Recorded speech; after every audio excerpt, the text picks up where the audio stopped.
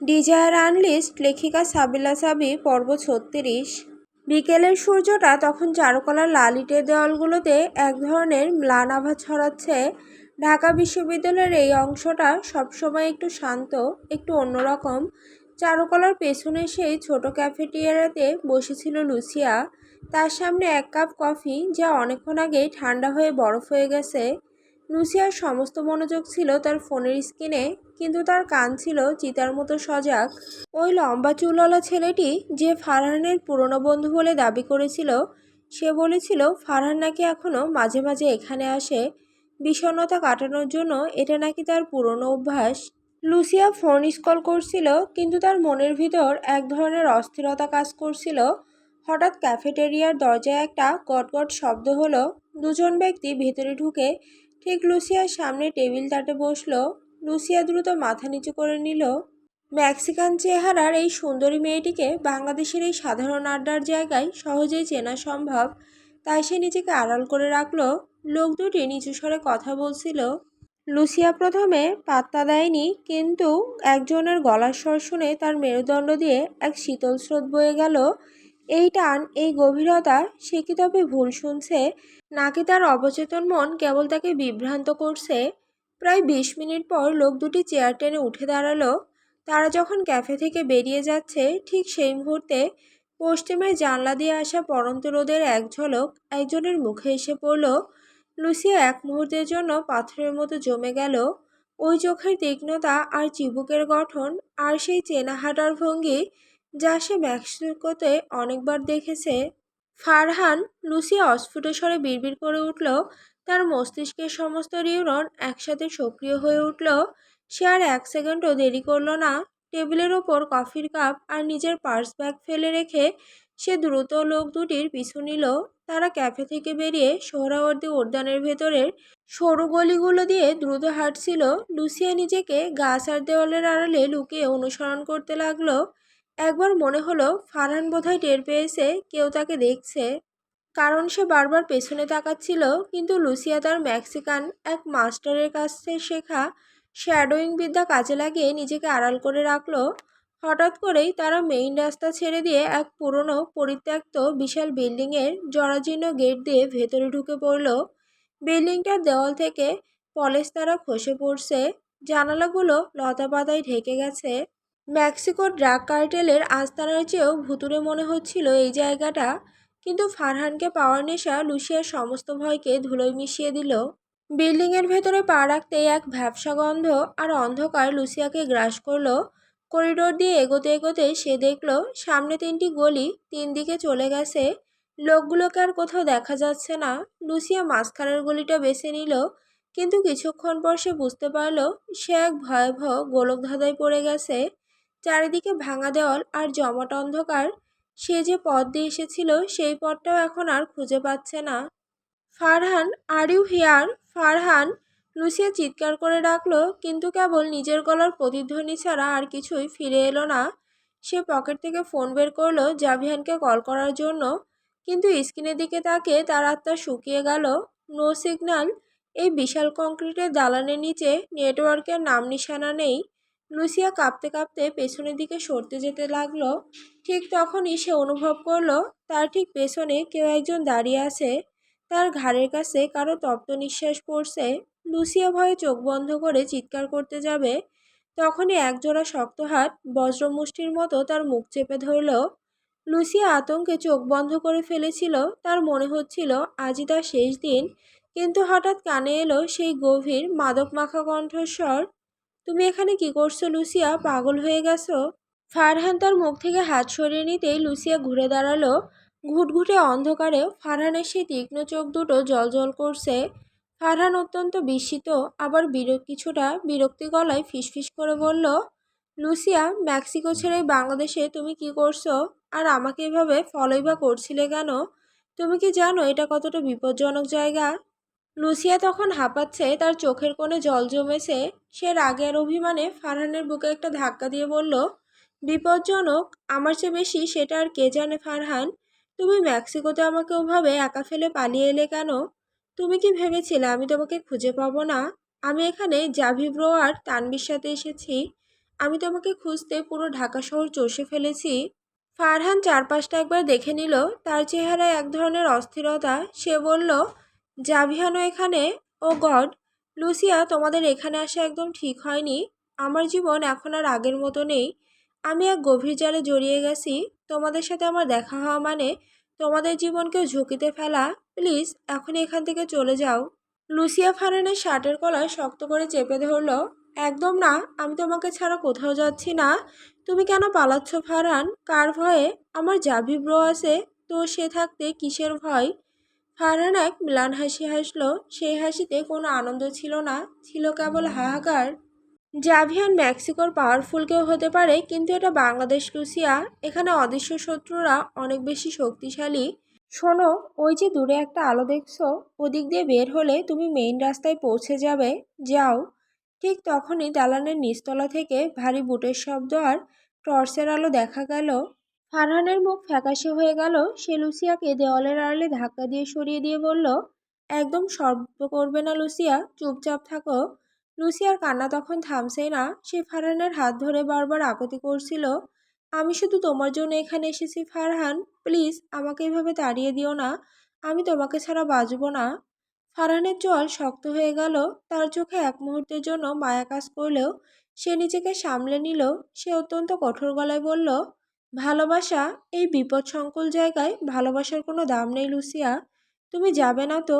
ঠিক আছে, তাহলে এই পরিত্যক্ত দালানেই পড়ে থাকো। আমি চললাম। ফারহান আর এক সেকেন্ডও দাঁড়ালো না। সে দ্রুত সেখান থেকে সরে গেল। আর হঠাৎ একটি স্টার্ট দেওয়া বাইকের পেছনে লাফিয়ে উঠল। বাইক চালক দ্রুত গতিতে ধুলো উড়িয়ে চোখের পলকে অদৃশ্য হয়ে গেল।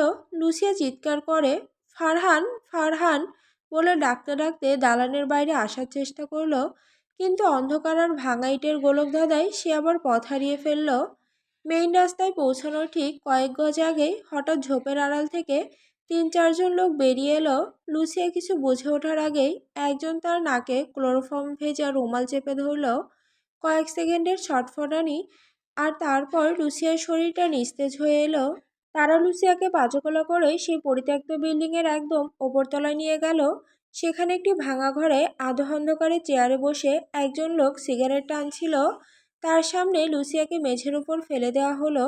কিডন্যাপারদের একজন বলল, বস, এই মেয়েটাকে দেখুন। ফারহানের সাথে একে কথা বলতে দেখেছি। আমাদের মনে হচ্ছে ও ফারহানের কোনো নতুন ডিলার বা বিদেশি পার্টনার। সেই রহস্যময় বস চেয়ার থেকে উঠে ধীর পায়ে লুসিয়ার অচেতন মুখের সামনে এসে দাঁড়ালো। তার হাতে থাকা টর্চের আলো লুসিয়ার ফর্সা মেক্সিকান চেহারার ওপর পড়ল। সে ভ্রুকুচকে কিছুক্ষণ তাকিয়ে থেকে গম্ভীর গলায় বলল, এটাকে তো বাংলাদেশের মেয়ে মনে হচ্ছে না। এই চেহারার আদল তো ল্যাটিন আমেরিকান। ফারহান কি তবে মেক্সিকোর কোনো বড় মাফিয়ার সাথে হাত মেলালো? মেয়েটাকে বেঁধে রাখ। জ্ঞান ফিরলে ওর মুখ থেকে বের করতে হবে ও কার লোক। যদিও ডিলার হয়, তবে ফারহানেকে বাঁচাতে অবশ্যই ফিরে আসবে। অন্যদিকে বাড়ির সামনে বিশাল লরি থেকে যখন দামি সেগুন কাঠের সেই রাজকীয় খাটটা নামানো হচ্ছিল, পাড়ার উৎসুক মানুষের ভিড় জমে গেল।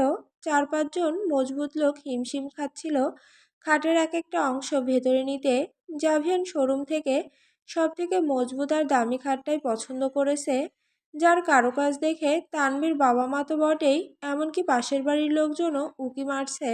ভেতরে তখন এলাহি কাণ্ড। খাটের এক একটা পাল্লা সেট করতে গিয়ে মিস্ত্রিরা ঘামছে। জাভিয়ার নিজে দাঁড়িয়ে থেকে তদারকি করছে। সে একবার ড্রিল মেশিন ধরছে, একবার স্ক্রুড্রাইভার। যেন এই খাটটা তার কাছে কেবল আসবাব নয়, একটা বিশেষ প্রজেক্ট।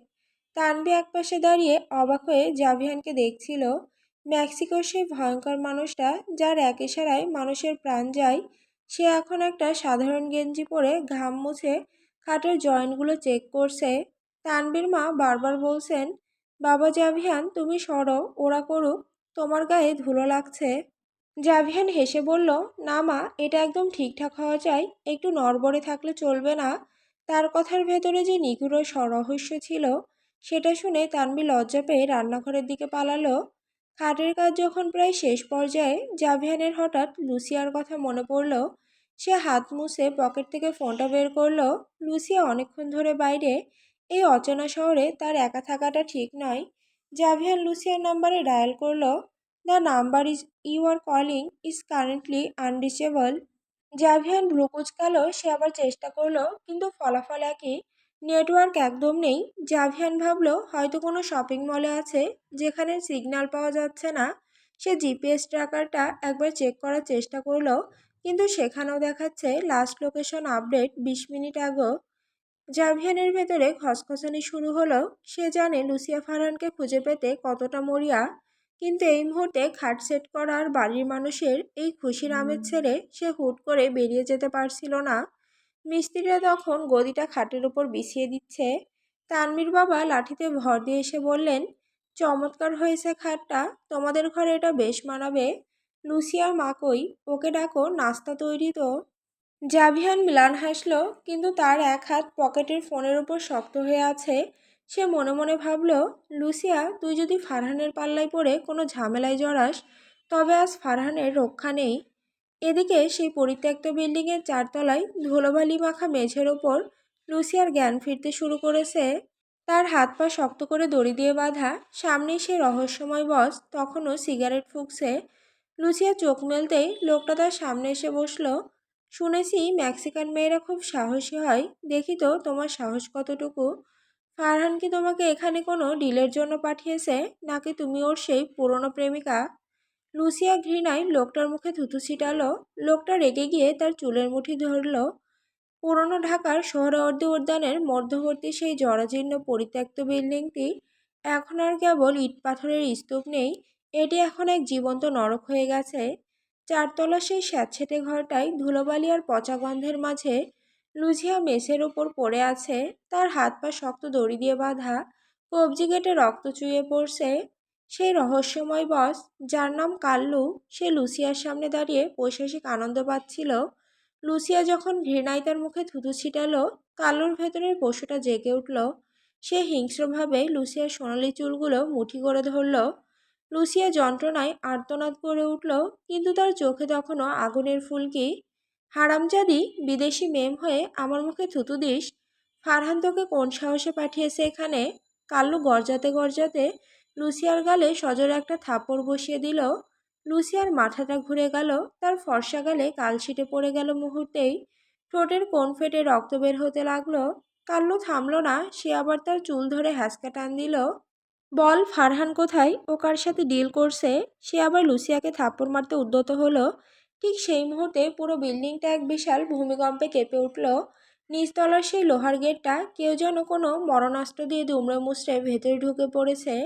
কাল্লু আর তার সাঙ্গপাঙ্গরা চমকে গেল। তারা জানালার দিকে দৌড়ে গেল দেখার জন্য কে এসেছে, কিন্তু তারা কিছু দেখার আগেই সিঁড়িঘরের দিক থেকে এক নারকীয় চিৎকার ভেসে এলো। একের পর এক হাড় ভাঙার শব্দ আর মানুষের গোঙানি কানে আসতে সে কোনো সাধারণ মানুষ নয়, সে এক ধ্বংসলীলা। মেইলস্টর্ম, মেক্সিকোর আন্ডারওয়ার্ল্ডের সবচেয়ে বড় মাফিয়া কিং, যার এক ইশারায় দেশ কাঁপত। মেইলস্টর্ম নিজে এখানে উপস্থিত হয়েছে তার প্রাণের বোন লুসিয়াকে বাঁচাতে। সে জানে জাভিয়ান আর তানভি বাংলাদেশ এসেছে, আর এই পাগলামি তাকে টেনে এনেছে এই ধুলোবালির শহরে। মেইলস্টোন যখন ঘরের দরজায় এসে দাঁড়ালো, তখন তার সারা শরীর রক্তে ভেজা। তার হাতে কোনো বন্দুক নেই, আছে 2 হাতে 2টো ধারালো মেক্সিকান ম্যাচেট। তার চোখে কোনো আবেগ নেই, আছে কেবল এক হিমশীতল শূন্যতা। কাল্লুর একজন লোক পিস্তল তাক করতেই মেইলস্টোন চিতার চেয়েও দ্রুত গতিতে এগিয়ে গেল। এক নিমিষেই সেই লোকটার হাত শরীর থেকে বিচ্ছিন্ন হয়ে মেঝেতে আছাড় খেলো। পরের সেকেন্ডে সেই ম্যাচেট ঢুকে গেল লোকটার গলায়। কোনো শব্দ করার সুযোগও সে পেল না। কাল্লু ভয়ে পিছিয়ে গিয়ে লুসিয়ার গলায় একটা ছুরি ধরল। খবরদার, আর এক পায়ে গলে এই মেমের গলা কেটে ফেলবো। মেইলস্ট্রম এক মুহূর্তের জন্য থামল। তার ঠোঁটের কোণে এক পিশাচের হাসি ফুটে উঠল। সে খুব ধীর লয়ে ভাঙা বাংলায় বলল, তুই ওর চুলে হাত দিয়েছিস, তুই ওকে থাপ্পড় মেরেছিস, তুই জানিস না ও কার বোন। আমি মেইলস্ট্রম, আর তুই আজ তোর নিজের কবর খুঁড়েছিস। মেইলস্ট্রম বিদ্যুৎ গতিতে তার হাতের একটা ম্যাচেট ছুঁড়ে মারল। সেটা কাল্লুর হাতের ছুরিটাকে উড়িয়ে নিয়ে দেওয়ালে গেঁথে দিল। কাল্লু কিছু বুঝে ওঠার আগে মেইলস্টর্ম তার উপর ঝাঁপিয়ে পড়ল। সে প্রথমে কাল্লুর সেই হাতটা ধরল যেটা দিয়ে সে লুসিয়ার চুল টেনেছিল। মেইলস্টর্ম কোনো দ্বিধা ছাড়াই সেই হাতের প্রতিটি আঙুল একটা একটা করে মটকে দিল। কাল্লুর গগনবিদারী চিৎকারে পুরো বিল্ডিংটা থরথর করে কাঁপছিল। কিন্তু মেইলস্টর্মের মনে মায়া বলে কিছু নেই। সে এরপর কাল্লুর 2 হাঁটুর ওপর ম্যাচেট দিয়ে আঘাত করল। যাতে সে কোনোদিন দাঁড়াতে না পারে। লুসিয়া চোখ বড় বড় করে দেখছিল এই নৃশংসতা। সে জানে তার মেইলস্টোম কতটা ভয়ঙ্কর, কিন্তু আজ তার এই রূপ দেখে লুসিয়া নিজেও কেঁপে উঠল। কাল্লোর অবস্থা তখন মৃতপ্রায়। মেইলস্টোম শেষ আঘাতটা করতে যাচ্ছিল কাল্লোর মাথায়। ঠিক তখনই দরজায় আরেকজনের ছায়া দেখা গেল। ফারহান বাইক থেকে নেমে দৌড়ে উপরে এসেছিল লুসিয়াকে উদ্ধার করতে। সে খবর পেয়েছিল লুসিয়া বিপদে আছে, তাকে বাঁচাতে হবে। কিন্তু ঘরে ঢুকেই সে যা দেখল তাতে তার পায়ের নিচের মাটি সরে গেল। সারা ঘরে 4-5টা মানুষের বিকৃত লাশ পড়ে আছে, দেয়ালগুলো রক্তে মাখা, আর ঘরের মাঝখানে লুসিয়া বাঁধা অবস্থায় পড়ে আছে, যার সামনে দাঁড়িয়ে আছে এক দীর্ঘদেহী পুরুষ, মেইলস্টম। মেইলস্টমের হাতের ম্যাচের থেকে টপটপ করে রক্ত পড়ছে। ফারহান নিস্তব্ধ হয়ে দাঁড়িয়ে রইল। সে দেখল লুসিয়ার গাল লাল হয়ে ফুলে আছে, ঠোঁটে রক্ত। কিন্তু তার চেয়েও ভয়ানক ছিল মেইলস্টোমের সেই চাহনি। মেইলস্টোম ফারহানের দিকে ঘুরে তাকালো। ফারহান এই প্রথম জানতে পারল মেইলস্টোম আসলে লুসিয়ার আপন ভাই। ফারহান লুসিয়ার দিকে এগোতে চাইল, কিন্তু লুসিয়া তার দিকে এক অবজ্ঞার দৃষ্টিতে তাকালো। লুসিয়ার চোখে তখন কেবলই অভিমান আর ঘৃণা। ফারহান তাকে বিপদে ফেলে চলে গিয়েছিল, তাকে গুরুত্ব দেয়নি। এই আঘাত লুসিয়া নিতে পারছে না। লুসিয়া মেইলস্টোমের দিকে হাত বাড়িয়ে দিয়ে খুব শান্ত গলায় বলল, ভাইয়া, আমাকে এখান থেকে নিয়ে চলো। আমি আর এক মুহূর্তে এই মানুষটার ছায়া মারাতে চাই না। মেইলস্টোম নিচু হয়ে লুসিয়ার বাঁধন খুলে দিল। সে লুসিয়াকে পাজাগোলা করে কোলে তুলে নিয়ে ফারহানের পাশ দিয়ে হেঁটে বেরিয়ে যাওয়ার সময় খুব শীতল গলায় বলল, ফারহান রেহমান, লুসিয়া তোকে ভালোবেসেছিল বলে তুই বেঁচে আছিস, কিন্তু আমার বোনের আজ যে বিপদ আমি দেখলাম, তার জন্য এই পুরো শহরকে মাসুল দিতে হতে পারে। আমার বোনের কাছ থেকে দূরে থাক এবার। লুসিয়া ফারহানের দিকে একবারও ফিরে তাকালো না। সে ফারহানকে পুরোপুরি এড়িয়ে চলে গেল। ফারহান সেই রক্তমাখা ঘরের মাঝখানে একা দাঁড়িয়ে রইল। সে বুঝতে পারল লুসিয়াকে সে চিরতরের জন্য হারিয়েছে, আর তার সামনে দাঁড়িয়ে আছে এক নতুন কোনো আতঙ্ক, মেক্সিকোর কিং মেইলস্টম। ফারহান সেই পরিত্যক্ত বিল্ডিংয়ের জানালায় দাঁড়িয়ে দেখল মেইলস্টম লুসিয়াকে নিয়ে তার কালো গাড়ির কাফেলায় উঠে যাচ্ছে। পরিত্যক্ত বিল্ডিংয়ে সেই বিভীষিকা পেছনে ফেলে মেইলস্টমের কালো কাফেলা তখন ঢাকার রাজপথ চিরে দ্রুত গতিতে ছুটছে। গাড়ির পেছনের সিটে লুসিয়া আধশোয়া হয়ে আছে, তার মাথা মেইলস্টমের কাঁধে। মেইলস্টম তার এক হাত দিয়ে লুসিয়ার রক্তাক্ত কবজিটা চেপে ধরে আছে।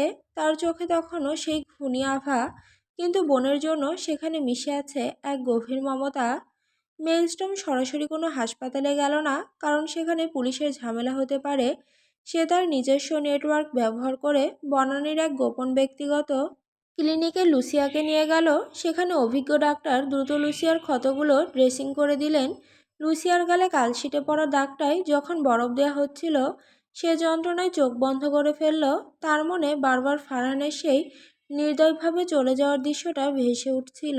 ঘণ্টাখানেক পর লুসিয়া কিছুটা সুস্থ বোধ করলে মেইলস্টোম তাকে ক্লিনিক থেকে বের করে আনলো, কিন্তু সে নিজে তানভীরের বাড়ির সামনে যাওয়ার ঝুঁকি নিল না। সে জানে জাভিয়ান এমিলিও চৌধুরী অত্যন্ত চতুর। জাভিয়ান যদি একবার টের পায় সে মেক্সিকোর মাফিয়া কিং মেইলস্টোম বাংলাদেশে পা রেখেছে, তবে এই শহরে দুই দানবের লড়াই শুরু হয়ে যাবে, যা এখন তার জন্য কিছুটা বিপদ ডেকে আনতে পারে। মেইলস্টোম লুসিয়াকে একটি সাধারণ ক্যাবে নয়, বরং তার এক বিশ্বস্ত লোকের সাধারণ মানের একটি সেডান গাড়িতে উঠিয়ে দিল। সে নিজে অন্য একটি এসইউভিতে উঠে জানালা দিয়ে লুসিয়ার দিকে তাকালো। মেইলস্টোম গম্ভীর আর সতর্ক গলায় বলল, লুসিয়া, তুমি এখন তানভীর বাসায় যাবে, কিন্তু মনে রাখবে জাভিয়ান যেন কোনোভাবে জানতে না পারে যে আমি বাংলাদেশে আছি। যদিও জিজ্ঞেস করে কে তোমাকে বাঁচিয়েছে, বলবে ফারহানের কোনো লোক তোমাকে সাহায্য করেছে। আমার কথা একবারও উচ্চারণ করবে না। লুসিয়া ক্লান্ত চোখে ভাইয়ের দিকে তাকালো। সে জানে মেইলস্টোম কেন নিজেকে আড়ালে রাখতে চাইছে। সে কেবল মাথা নেড়ে সায় দিল। গাড়িটি যখন রেহমান প্রাঙ্গণের গলির মুখে এসে থামল, তখন রাত হয়েছে সবেমাত্র। ল্যাম্পপোস্টের আলোয় দেখা গেল বাড়ির সামনে এখনও জাভিয়ানের কয়েকটা গাড়ি দাঁড়িয়ে আছে। লুসিয়া গাড়ি থেকে নেমে টলমল পায়ে গেটের দিকে এগিয়ে গেল। ভেতরে তখনও জাভিয়ান আর তানভি লুসিয়ার জন্য অস্থির হয়ে অপেক্ষা করছিল। জাভিয়ান কেবল কল করার জন্য ফোনটা হাতে নিয়েছে, ঠিক তখনই কলিং বেল বেজে উঠল। দরজা খুলতেই জাভিয়ান দেখল লুসিয়া দাঁড়িয়ে আছে, চুল উস্কো খুস্কো, গালে থাপ্পড়ের দাগ আর হাতে ব্যান্ডেজ। জাভিয়ান এক লাফে লুসিয়ার সামনে গিয়ে ওকে ধরে ফেলল। লুসিয়া, তোর এই অবস্থা কে করেছে? কোথায় ছিলি তুই? তানভি চিৎকার করে উঠল, লুচি আপু, আপনার এই দশা কেন? কোথায় গিয়েছিলেন আপনি? লুসিয়া আজকের ঘটনা মনে করেই শিউরে উঠল। তার দু চোখ বেয়ে আবার জল গড়িয়ে পড়ল। সে জাভিয়ানের দিকে তাকিয়ে মেইলস্টোমের শেখানো কথাটাই বলল, ফারহান, ফারহান আমাকে বিপদে ফেলে চলে গিয়েছিল জাভি ব্রো। কিছু লোক আমাকে তুলে নিয়ে গিয়েছিল, কিন্তু শেষ মুহূর্তে ওরই পরিচিত এক লোক আমাকে বাঁচিয়ে এই পর্যন্ত পৌঁছে দিয়েছে। আমি আর ওর নাম শুনতে চাই না। জাভেনের হাত মুষ্টিবদ্ধ হয়ে গেল। সে বুঝতে পারল না সেই পরিচিত লোক আসলে কে, কিন্তু ফারহানের ওপর তার ঘৃণা এখন চরমে পৌঁছে গেছে। জাভিয়ান যখন লুসিয়ার রক্তাক্ত ঠোঁট আর ফুলে থাকা গালটা দেখল, তার মস্তিষ্কের প্রতিটি শিরা যেন আগুনের হলকায় ফেটে পড়তে চাইল। লুসিয়ার কথাগুলো, ফারহান আমাকে বিপদে ফেলে চলে গিয়েছিল জাভি ব্রো, জাভিয়ানের কানে উত্তপ্ত সীসার মতো বিঁধল। মেক্সিকোর অন্ধকার জগতের সম্রাট, যার নাম শুনলে যমরাজও পথ ছাড়ে, সেই জাভিয়ান অ্যামিলিও চৌধুরীর বোনকে এই শহরের নগণ্য কিছু লোক হাত দিয়েছে, আর ফারহান তাকে একা ফেলে পালিয়েছে। জাভিয়ানের হাতে সেই লোড করা রিভলভারের ধাতব শব্দটা যখন পুরো ঘরে প্রতিধ্বনিত হলো, তানভীর বুকের ভেতরটা এক মুহূর্তের জন্য বন্ধ হয়ে গেল। সে জানে জাভিয়ান যখন এই রূপে থাকে, তখন সে কোনো আইন মানে না, কোনো দয়া চেনে না। আর আজ তার লক্ষ্য অন্য কেউ নয়, তানভীর নিজের বড় ভাই ফারহান। জাভিয়ান যখন গর্জাতে গর্জাতে দরজার দিকে পা বাড়ালো, তানভীর এক মুহূর্তও দেরি করলো না। সে ছোঁ মেরে জাভিয়ানের সেই শক্ত হাতটা আঁকড়ে ধরল। তার নখগুলো জাভিয়ানের চামড়ায় বসে যাচ্ছিল, কিন্তু সে ছাড়ল না। জাভিয়ান, থামুন, আপনি কোথায় যাচ্ছেন? তানভীর গলার স্বর কান্নায় ভেঙে পড়ল। জাভিয়ান এক ঝটকায় তাকে সরিয়ে দিতে চাইল। তার চোখে তখন খুনের নেশা। সরোজিনিয়া, ওই কাপুরুষ ফারহান আমার বোনকে মৃত্যুর মুখে ফেলে পালিয়েছে। ও জাভিয়ান অ্যামিলিও চৌধুরীর বোনকে অপমান করেছে। আজ ওর লাশ এই শহরের রাস্তায় পড়ে থাকবে। তানভি হঠাৎ করে স্তম্ভিত হয়ে গেল। সে কিছুই বুঝতে পারছে না। লুসিয়ার সাথে তার ভাই ফারহানের কী সম্পর্ক? তারা একে অপরকে জানেই বা কবে? আর ফারহান কেনই বা লুসিয়াকে বিপদে ফেলবে? তানভি দুই হাতে জাভিয়ানের কলার টেনে ধরল। তার চোখ দিয়ে অঝরে জল পড়ছে, কিন্তু দৃষ্টিতে এক অদ্ভুত জেদ। আপনি কি বলছেন জাভিয়ান? ফারহান ভাইয়া লুচি আপার সাথে কি করেছে? তারা কোথায় ছিল? আমি তো কিছুই জানি না। তানভি চিৎকার করে উঠল। জাভিয়ান এক পৈশাচিক হাসি আসলো। তার চোয়াল শক্ত হয়ে উঠল।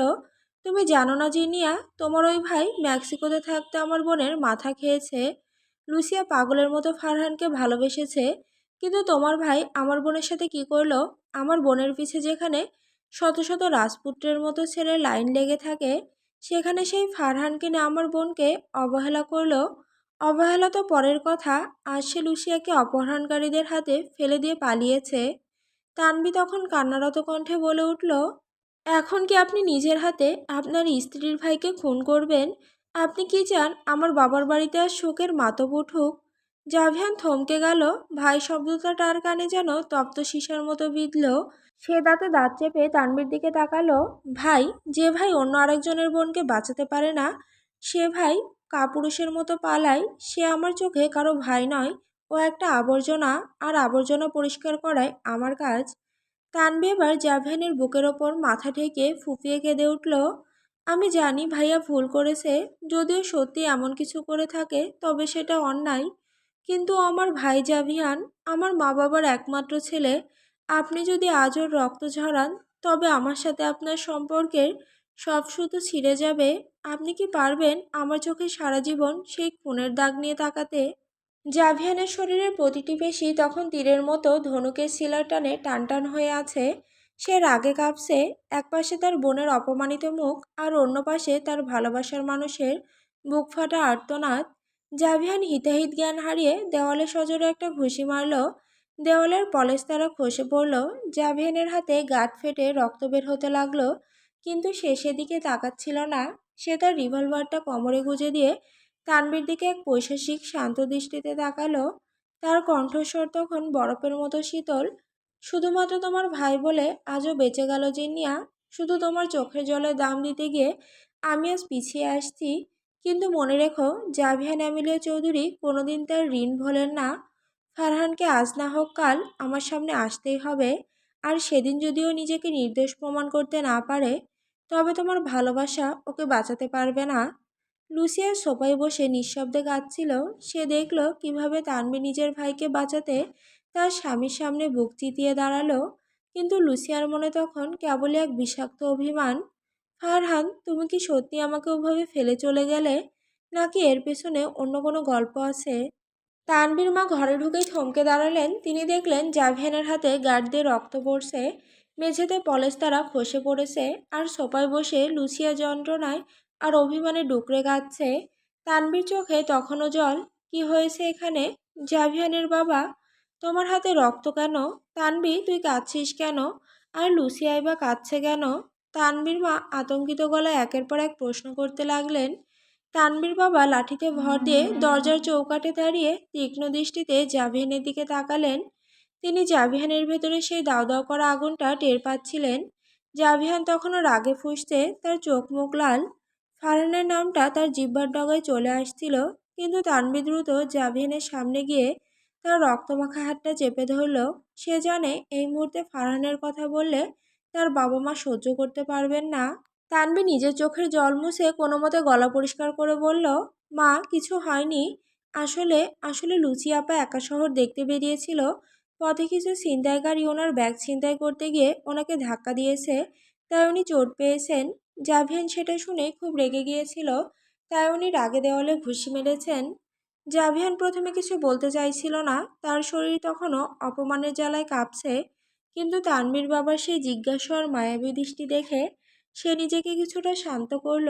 সে এক গভীর দীর্ঘশ্বাস ফেলে তানভীর মায়ের দিকে তাকিয়ে নিচু গলায় বলল, সরি মা, আমি আসলে লুসিয়ার এই অবস্থা দেখে মাথা ঠিক রাখতে পারিনি। আপনারা ভয় পাবেন না, ও এখন ঠিক আছে। তানভীর মা দ্রুত লুসিয়ার কাছে গিয়ে বসলেন। আহারে, বিদেশি মেয়েটা আমাদের দেশে এসে বিপদে পড়ল। এসো মা, আমার কাছে এসো। তিনি অত্যন্ত মমতা দিয়ে লুসিয়ার মাথায় হাত রাখলেন। লুসিয়া তানভীর মায়ের এই অকপট ভালোবাসা দেখে আরো ডুকরে কেঁদে উঠল। তার মনে পড়ল, এই মাই তো ফারহানের মা। তানভীর বাবা জাভেনের কাঁধে হাত রাখলেন। শান্ত হও বাবা, ছিনতাইকারীরা তো এমনই হয়। তানভি, যাও জাভেনের হাতে ব্যান্ডেজ করে দাও, আর লুসিয়াকে ওর ঘরে নিয়ে বিশ্রাম নিতে বলো। জাভিয়ান আর তানভি মিলে কোনো মতে পরিস্থিতি সামাল দিয়ে তাদের পাশের ঘরে পাঠিয়ে দিল। জাভিয়ান যখন নিজের ঘরে ঢুকলো, তার নীরবতা যেন আগের চেয়েও বেশি ভয়ানক হয়ে উঠল। সে জানালার পাশে গিয়ে দাঁড়ালো, তার দৃষ্টি বাইরের অন্ধকারের দিকে। তানভি ফার্স্ট এইড বক্স নিয়ে জাভিয়ানের পেছনে এসে দাঁড়ালো। সে খুব আলতো করে জাভিয়ানের রক্তাক্ত হাতটা ধরলো। জাভিয়ান হাতটা সরিয়ে নিতে চাইল না, কিন্তু তার চোয়াল তখনও শক্ত। তানভি ফিসফিস করে বলল, ধন্যবাদ বাবা মায়ের সামনে সত্যিটা না বলার জন্য। আমি জানি আপনি কতটা রেগে আছেন। রাত তখন প্রায় 2:30। পুরো বাড়ি নিঝুম হয়ে আছে। তানভি আর জাভিয়ান পাশের ঘরে গভীর ঘুমে আচ্ছন্ন। লুসিয়া ফারহানের ঘরেই ঘুমাচ্ছে। জানালার বাইরে মাঠের দিক থেকে ঝিঝি পোকার ডাক শোনা যাচ্ছে। লুসিয়ার দু চোখে ঘুম নেই, কেবল অপমানের দহন আর বুক ফাটা অভিমান। ঠিক সেই মুহূর্তেই বালিশের পাশে রাখা লুসিয়ার ফোনটা কেঁপে উঠল। স্ক্রিনে একটা অপরিচিত নাম্বার ভেসে উঠছে। লুসিয়া দ্বিধা ভরে ফোনটা কানে নিতেই ওপাশ থেকে সেই পরিচিত গম্ভীর কণ্ঠস্বর ভেসে এলো, ডান পাশের জানালাটা খোলো। লুসিয়া স্তব্ধ হয়ে গেল। কণ্ঠটা ফারহানের, যে ফারহান তাকে ব্লক করে দিয়েছিল, যে তাকে বিপদে ফেলে চলে গিয়েছিল, সে আজ এই গভীর রাতে ফোন করেছে। লুসিয়া রাগে আর ঘেন্নায় দাঁতে দাঁত চেপে ফোনটা কেটে দিল। তার মনে হলো ফারহান তাকে নিয়ে তামাশা করছে। কয়েক সেকেন্ড পরে আবার কল এলো। লুসিয়া ধরল না, কিন্তু ঠিক তখনই মাঠের ধারে জানালার কাছে মৃদু টুকটুক শব্দ হলো। লুসিয়া ভয়ে কুঁকড়ে গেল। যদি জাভিয়ান জেগে যায়, যদি জাভিয়ান জানতে পারে ফারহান এখানে এসেছে, তবে আজ আর রক্ষা নেই। জাভিয়ান তখনই ফারহানকে মেরে ফেলবে। সেই ভয়ে লুসিয়া কাঁপতে কাঁপতে উঠে গিয়ে জানালার পর্দাটা সরিয়ে দিল। তখন দেখলো অন্ধকারের মাঝে ফারহান দাঁড়িয়ে আছে। তার পরনে কালো হুডি, মুখটা ছায়ায় ঢাকা। লুসিয়া জানালার পাল্লাটা সামান্য ফাঁক করতেই ফারহান নিচু গলায় বলল, বাইরে আসো, তোমার সাথে আমার কথা আছে। লুসিয়া ফিসফিস করে রাগী গলায় বলল, তুমি এখানে কেন এসেছো? চলে যাও ফারহান। জাভিপুরো জানলে তোমাকে জ্যান্ত রাখবে না, আর আমি বাইরে আসতে পারবো না, তোমাদের মেইন গেটে তালা লাগানো। ফারহান কোনো কথা না বলে পকেট থেকে একটা চকচকে চাবি বের করলো। জানালার ফাঁক দিয়ে সেটা লুসিয়ার হাতের কাছে বাড়িয়ে দিয়ে বলল, আমি তোমার কোনো ভাইকেই ভয় পাই না। এটা ধরো, গেটের এক্সট্রা চাবি। আমি জানতাম গেট বন্ধ থাকবে। ঠিক 5 মিনিটের মধ্যে বাইরে আসো। আমি মাঠের ওই পুরনো গাছটার নিচে অপেক্ষা করছি। না আসলে আমি সোজা ভেতরে ঢুকে পড়বো। তখন জাভিয়ান জানলে আমার দায় নেই। লুসিয়া চাবিটা হাতে নিয়ে পাথর হয়ে দাঁড়িয়ে রইল। ফারহান তাকে এভাবে হুকুম দিচ্ছে, কিন্তু তার ভেতরের অভিমানী মনটা একবারের জন্য হলেও জানতে চাইল কেন ফারহান তাকে ফেলে গিয়েছিল। গভীর রাতের নিস্তব্ধতা ভেঙে লুসিয়া সন্তর্পণে বিছানা ছাড়ল। সারা শরীর ব্যথা করছে, কিন্তু মনের ভেতরে ছটফটানি তাকে বসিয়ে রাখতে দিল না। ফারহানের ঘরে কোনো ওড়না নেই, আর তার নিজের লাগেজ রাখা অন্য রুমে, যেখানে জাভিয়ান আর তানভি ঘুমাচ্ছে। সেই রুমে যাওয়ার সাহস তার নেই। লুসিয়ার পরনে ছিল কেবল একটা পাতলা টি শার্ট, যার নিচে সে ইনার পরেনি। এমন পরিস্থিতির কথা ভেবে সে আলমারি খুলে ফারহানের একটা চেক শার্ট বের করে নিল। টি শার্টের ওপর দিয়ে বড়সড় শার্টটা গায়ে জড়িয়ে সে পা টিপে টিপে দরজার দিকে এগোলো। ফারহানের দেওয়া চাবিটা দিয়ে খুব সাবধানে মেইন গেট খুলল সে। লোহার গেটের সামান্য শব্দও এই নিস্তব্ধ রাতে কামানের গোলার মতো শোনালো। লুসিয়ার বুক দুরু দুরু অবস্থায় পা বাড়ালো মাঠের দিকে। চারপাশটা ঘুটঘুটে অন্ধকার, কেবল দূর থেকে দু একটা কুকুরের ডাক ভেসে আসছে। মাঠের মাঝখানে পৌঁছাতে অন্ধকারের ভেতর থেকে লম্বা একটা অবয়ব এগিয়ে এলো। ফারহান। তার মুখটা হুডিতে ঢাকা থাকলেও লুসিয়া তার চেনা পারফিউমের ঘ্রাণ পেল। ফারহান কাছে এসেই প্রথমে লুসিয়ার ব্যান্ডেজ করা হাতটার দিকে তাকালো, তারপর খুব নিচু আর অপরাধবোধ ভরা গলায় বলল, I am really sorry Lucia. আমি ভাবিনি বিষয়টা এতটা গড়াবে। আমি ভেবেছিলাম আমি চলে যাওয়ার পর তুমি অভিমানে ওখান থেকে চলে যাবে, কিন্তু তুমি যে এতটা বড় বিপদে পড়বে সেটা আমি কল্পনাও করতে পারিনি। তুমি বিপদে পড়েছো জানার পরেই আমি আবারও ওখানে ফিরে গিয়েছিলাম, কিন্তু গিয়ে দেখি সব শেষ। আর আজ এটা জেনে আমি সবচেয়ে বেশি অবাক হয়েছি যে মেইলস্টোম তোমার আপন ভাই। লুসিয়া ম্লান হাসলো, সেই হাসিটা ছিল বিষাদ মাখা। সে ফারহানের শার্টের হাতাটা একটু টেনে নিয়ে শীতল গলায় বলল, এসব থাক ফারহান, যা ঘটার ঘটে গেছে, আর যা বলার তাও হয়ে গেছে। এখন কি আমি যেতে পারি? আমাদের মাঝে আর নতুন করে বলার কিছু নেই। ফারহান একটু থমকে দাঁড়ালো। সে লুসিয়ার চোখের দিকে তাকিয়ে প্রশ্ন করলো, কিন্তু তুমি বাংলাদেশে কেন এসেছো? তুমি তো এই দেশটা পছন্দ করতে না। লুসিয়া এবার সরাসরি ফারহানের চোখের দিকে তাকালো।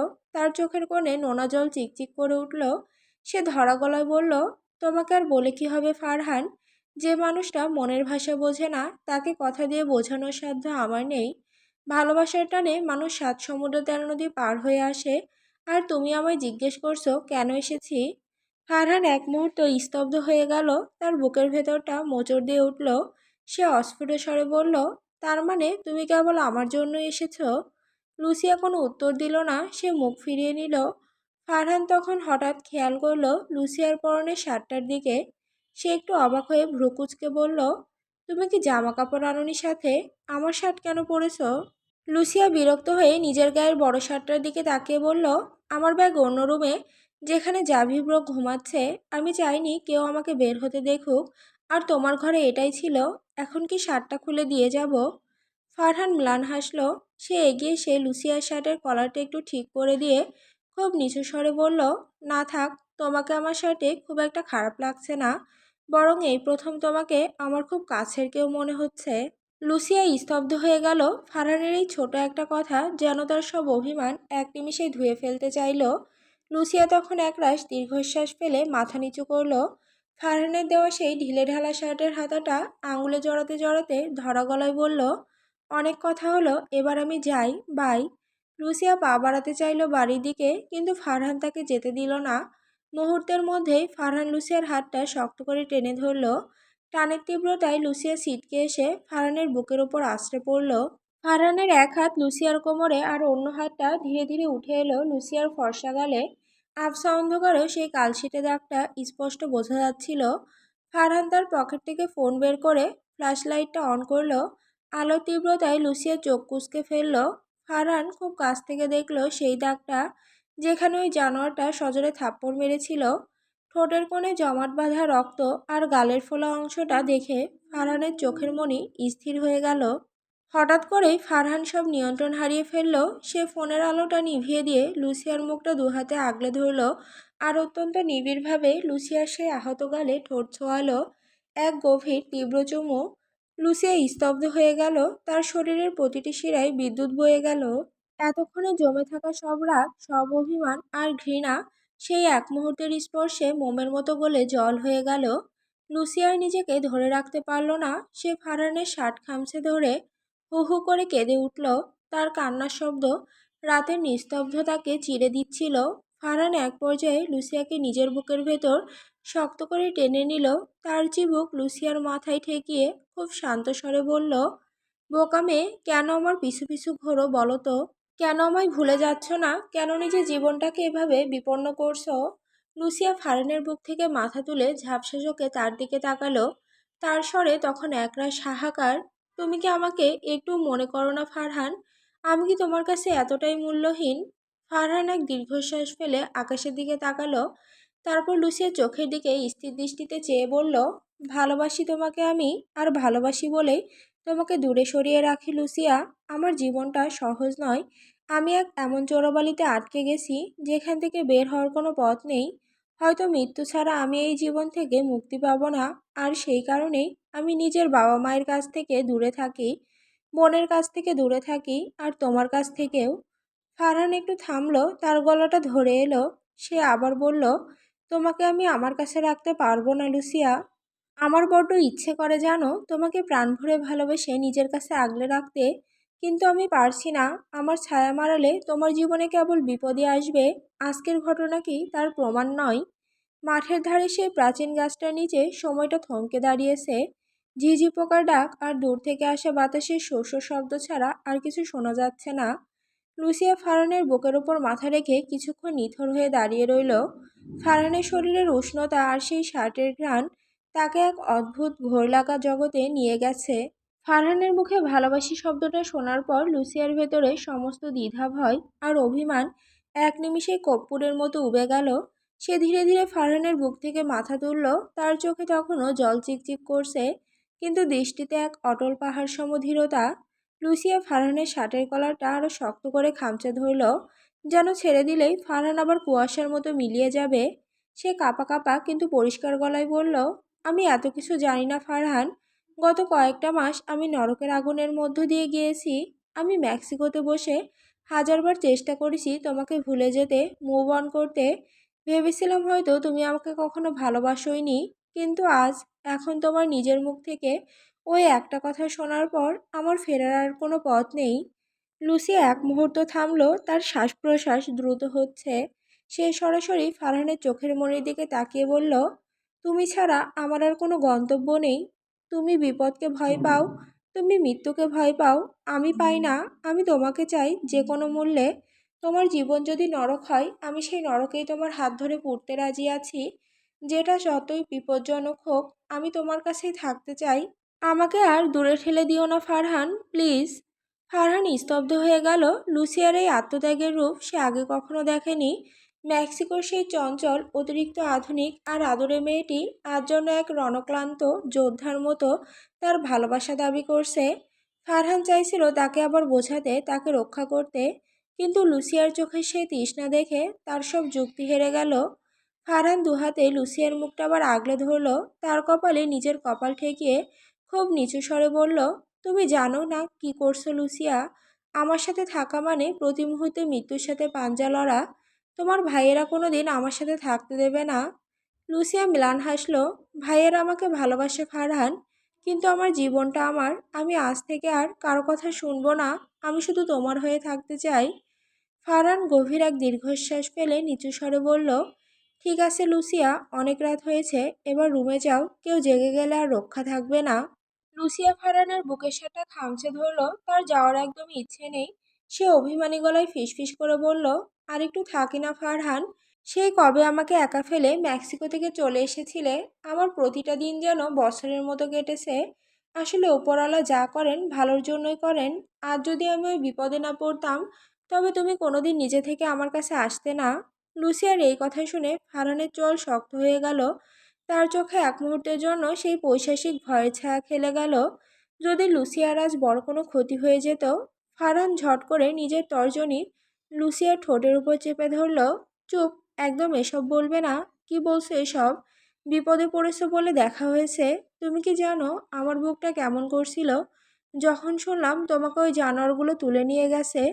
যদি আজ বড়সড় কোনো দুর্ঘটনা ঘটে যেত, আমি নিজেকে কোনোদিন ক্ষমা করতে পারতাম না লুসিয়া। কোনোদিন না।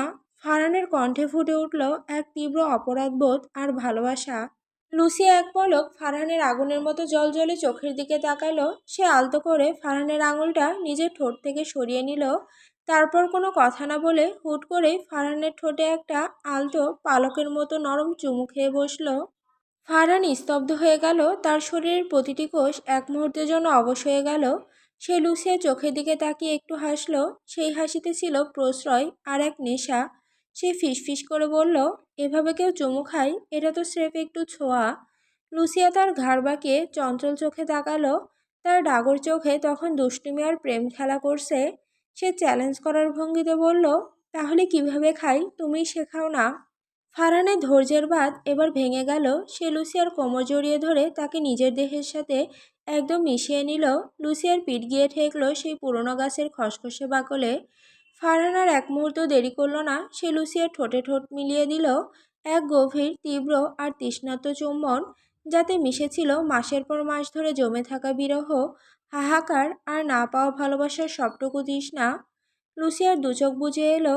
তার সমস্ত জগৎ তখন কেবল ফারহানের স্পর্শে সীমাবদ্ধ। সে বুঝতে পারল, এই মানুষটার ছায়া মারালে যদি মৃত্যু আসে, তবে সে সেই মৃত্যুকে আলিঙ্গন করতে রাজি। গাছটার নিচে ঘন হয়ে আসা অন্ধকারে ফারহান আর লুসিয়া এক অন্য জগতে হারিয়ে গিয়েছিল। ফারহানের সেই গভীর চুম্বনের রেশ লুসিয়ার সারা শরীরে এক অদ্ভুত শিহরণ জাগিয়ে তুলেছে। তার দীর্ঘদিনের তৃষ্ণা, অভিমান আর না পাওয়ার যন্ত্রণাগুলো আগ্নেয়গিরি লাভার মতো বেরিয়ে আসতে চাইল। লুসিয়া হিতাহিত জ্ঞান হারিয়ে ফারহানের শার্টের কলারটা আরও শক্ত করে খামচে ধরল। সে নিজেকে আর নিয়ন্ত্রণ করতে পারছিল না। সে মুখ নামিয়ে ফারহানের গলার উপর সজোরে একটা পাগলাটে চুমু খেল। তার তপ্ত নিঃশ্বাস আর ঠোঁটের স্পর্শ ফারহানের রন্ধে রন্ধে এক আদিম উন্মাদনা ছড়িয়ে দিচ্ছিল। কিন্তু ঠিক সেই মুহূর্তেই ফারহানের সম্বিত ফিরে পেল। সে সজোরে লুসিয়ার দুই কাঁধ ধরে তাকে নিজের থেকে কিছুটা দূরে সরিয়ে দিল। তার বুক তখন কামারের হাঁপড়ের মতো ওঠানামা করছে, কপালে বিন্দু বিন্দু ঘাম। লুসিয়া অপ্রস্তুত হয়ে ঝাপসা চোখে তাকালো। তার স্বরে একরাশ তৃষ্ণা। কি হলো ফারহান, থামলে কেন? ফারহান চারপাশটা একবার তীক্ষ্ণ নজরে দেখে নিল। দূরে ল্যাম্পপোস্টের ম্লান আলোয় গলির মোড়টা আবছা দেখা যাচ্ছে। সে লুসিয়ার চোখের দিকে তাকিয়ে অত্যন্ত গম্ভীর আর সতর্ক গলায় ফিসফিস করে বলল, লুসিয়া, কন্ট্রোল ইয়োর সেলফ। এটা মেক্সিকোর কোনো নির্জন সৈকত বা কানকুনের কোনো রিসর্ট নয়। এটা পুরান ঢাকার গলি। এখানে দেয়ালেরও কান আছে। লুসিয়া একটু থমকে গেল। ফারহানের কথায় রূঢ় বাস্তবতা মিশে আছে। ফারহান আবার বলল, এখানে পর্দা প্রথা আর সামাজিক শাসনের এক অদৃশ্য দেওয়াল আছে লুসিয়া। কেউ যদি আমাদের এই অবস্থায় দেখে ফেলে, তবে কাল সকালেই তোমার ভাই আর আমার বাবার সম্মান ধুলোয় মিশে যাবে। লুসিয়া এবার মাথা নিচু করলো। তার পরনে ফারহানের সেই ঢিলেঢালা শার্ট, যা বাতাসের ঝাপটায় উড়ছে। সে বুঝতে পারল, ফারহান কেবল তাকে নয়, এই পুরো পরিস্থিতির ভয়াবহতা থেকে তাদের দুজনকে বাঁচাতে চাইছে। ফারহান লুসিয়ার কপালে হাত রেখে খুব আলতো করে তার চুলগুলো ঠিক করে দিল। এখন যাও, এই চাবিটা নিয়ে চুপি চুপি ভেতরে ঢুকে পড়ো। গেটটা একদম শব্দ না করে লাগাবে। আর শোনো, শার্টটা আলমারিতে লুকিয়ে রেখো। কাল সকালে যেন কেউ না দেখে। লুসিয়া ম্লান হেসে চাবিটা হাতে নিল। সে যাওয়ার আগে একবার ফারহানের চোখের দিকে তাকিয়ে বলল, আমি কাল আবার তোমার জন্য অপেক্ষা করব। ফারহান কোনো কথা না বলে কেবল ইশারায় তাকে যেতে বলল। লুসিয়া পা টিপে টিপে গেটের দিকে এগিয়ে গেল। ফারহান অপলক দৃষ্টিতে তাকিয়ে রইল সেই ছায়াটার দিকে। সে জানে এই আগুনের খেলা কতক্ষণ সে চালিয়ে যেতে পারবে তা অনিশ্চিত।